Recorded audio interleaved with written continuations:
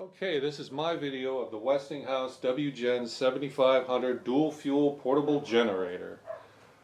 Reasons why I selected this after doing some looking around. It had some features that were necessary for me in my area that I needed to have. It needed to be dual fuel capability. I had to have a propane operational generator along with gas. This also boasts that it has the quiet operation pulse flow muffler system, which is supposed to make this unit more quieter.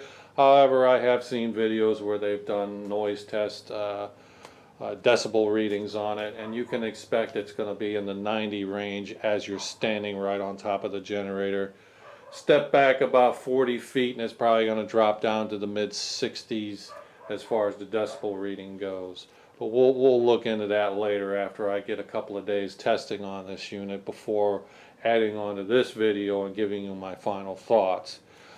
Some other things that this thing has: it has the smart switch ready capability, so if you've got a transfer switch already on your electrical panel, you're good to go, no problems there. It also has the remote start feature, which is kind of nice to have in the event that you cannot go out and physically turn on the generator. However, with the remote, the ignition has to be on for it to work. So as long as the ignition is on, it's going to be draining your battery. So that's something you're going to need to think about, before the event happens, whether you want to leave that ignition switch on. Also, too,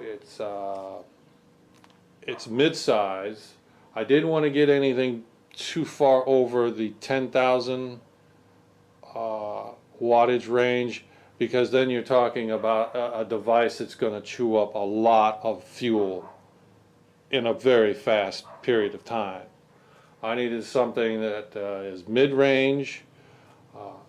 It does have 5% total harmonic distortion on this generator motor cap, so it is relatively safe for your computers and whatnot inside the house. That's another good feature about this, although it is not an inverter generator.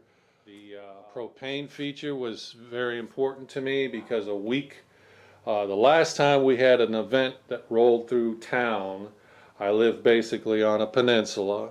And it's a large one too. It's about 608 square miles of peninsula, and there's only two ways in, either by bridge or by a small land pass up further north of us. And if any of those two things get cut off, you cannot expect to get any type of gasoline in your area anytime soon.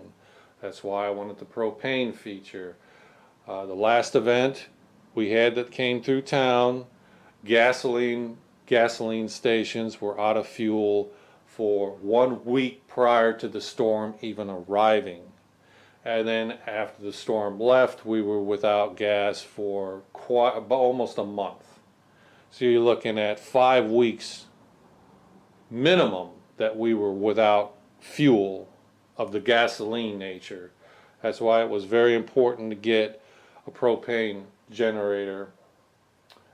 There are diesel ones out there too, but they're very pricey, and diesel fuel in my area isn't particularly cheap either. I mean, it's equal to or more than propane at this time.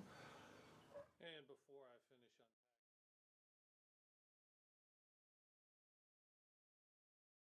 and last but not least, another reason why I selected this model was the price point. The price point at the time I bought this off of Home Depot. .com, their online website, and it was $849 at that time. Considering the features that it has, that wasn't too bad. A lot of inverter generators with far less power are running for around that range. So, although, like I said, this thing's going to be a lot louder than an inverter, I'm not really concerned about that. As I said before, the last event we had come through here, people were running their generators 24/7, and law enforcement at that point in time has much more urgent things to deal with than handing out noise citations in the middle of the night. Okay, here's the unit unboxed, and I'm going to do a quick walk around, which I've done a little bit earlier. No obvious signs of damage, which is always a good start. Everything is all metal with the exception of the air cleaner, which is a little disappointing. The gas tank itself is all metal. It has the fuel gauge on top. It's got the hefty plastic rubber wheels that will be going on shortly. The supposed new and improved muffler system to quiet this unit down. We'll see how that works. Like I said, the air filter here is a heavy-duty plastic. Hopefully that will last over time. It's got, let's see, it's got the 420cc motor.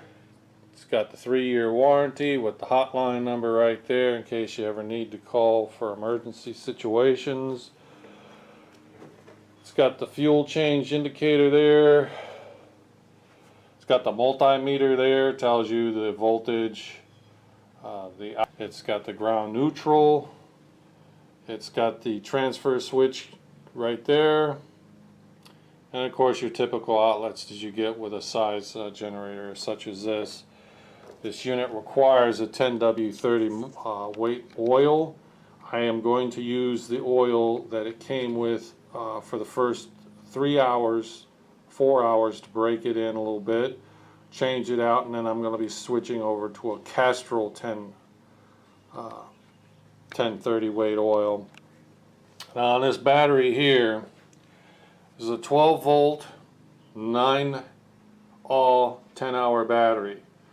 And I knew it came with a battery of this size according to the Home Depot website, so I went out and I bought a better battery, a motorcycle ATV battery, which is also of the 12 volt 9 all persuasion, and it also has 230 cold amp start hours, so I'll be using that to avoid having to use the pull start switch.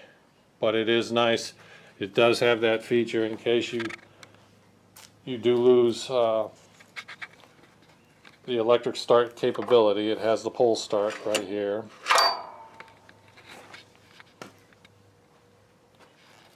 So overall, we're off to a pretty good start. No physical damage of any obvious signs. So now I'm going to take a look around at that muffler, see if there's any modifications that I could do to it if I wanted to exhaust the fumes out of like a generator shed that I had put in the back. Take a look at that. Also too, I'm going to be looking at adding in an extension to this oil drain plug to make it a little easier to do quick oil changes off of it. Overall, I gotta say this unit is rock solid. Other than the air cleaner, everything is solid metal.